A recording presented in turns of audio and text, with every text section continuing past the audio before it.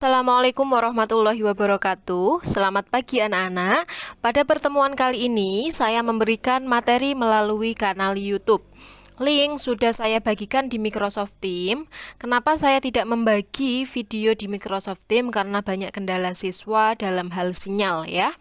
Oleh karena itu, harapan saya kalian dapat mengulang-ulang materi melalui kanal YouTube ini.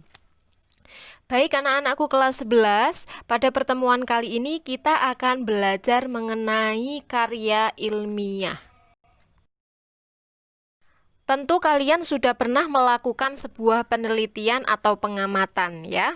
Nah, sebelum kita menulis karya ilmiah, terlebih dahulu kita harus melakukan studi kepustakaan, penelitian, pengamatan terhadap masalah yang akan kita bahas.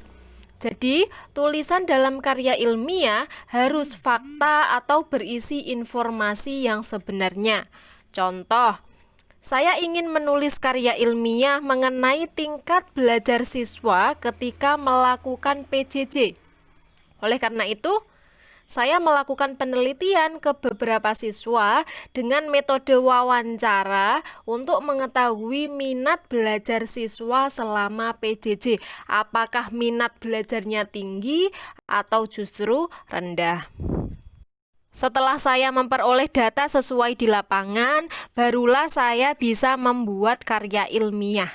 Jadi, bisa kita simpulkan bahwa pengertian dari karya ilmiah adalah tulisan yang berisi tentang fenomena atau peristiwa yang ditulis berdasarkan kenyataan. Tujuannya untuk mempublikasikan suatu ilmu pengetahuan kepada masyarakat. Jadi, ilmu pengetahuan itu bisa ranah pendidikan, kita meneliti alam, hubungan manusia dengan manusia, bahasa, dan lain-lain. Gitu ya. Karya ilmiah ini sangat berarti sekali bagi kalian, apalagi ke jenjang pendidikan yang lebih tinggi nanti.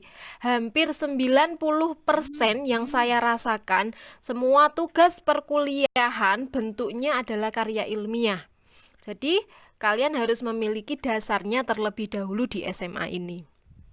Selanjutnya, kita masuk ke ciri-ciri karya ilmiah. Diingat-ingat, SILOF, sistematis, logis, objektif, faktual. Sistematis, penulisan berdasarkan struktur karya ilmiah yang urut, mulai dari halaman judul, kata pengantar, daftar isi, pendahuluan, ya.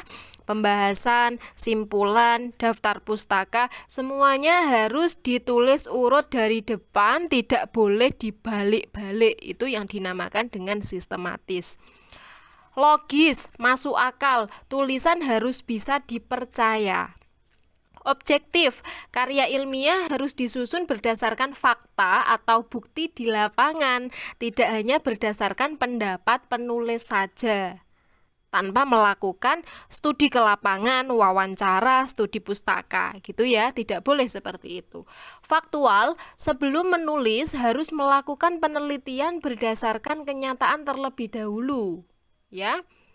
Jadi, ciri-cirinya tadi apa? SILOF, sistematis, logis, objektif, dan faktual.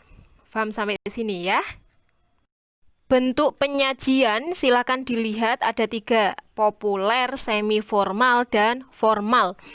Bentuk penyajian itu sama dengan cara penulisan karya ilmiah. Pertama, populer, karya ilmiah ringkas, bahasanya bersifat santai, mudah dipahami, topik yang disajikan menarik, ya, masa kini, faktual, baru-baru terjadi. Bentuk populer ini sering kita temui di koran atau majalah. Itu ada contohnya, belajar hardware komputer dengan Mac and Maths.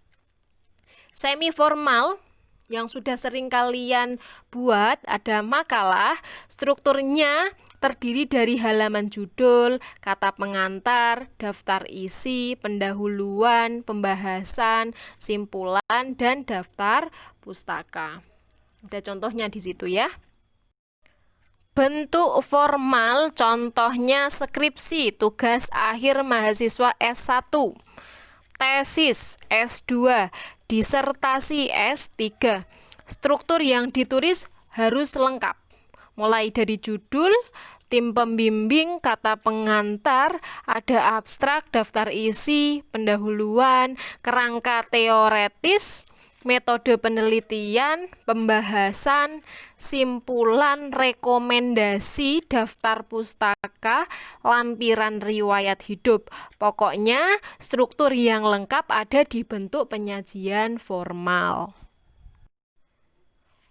Paham sampai sini ya? Pembahasan kali ini saya cukupkan. Silakan ditanyakan jika ada materi yang kurang dipahami, bisa melalui WA Group atau Japri. Seperti itu, saya akhiri. Wassalamualaikum warahmatullahi wabarakatuh.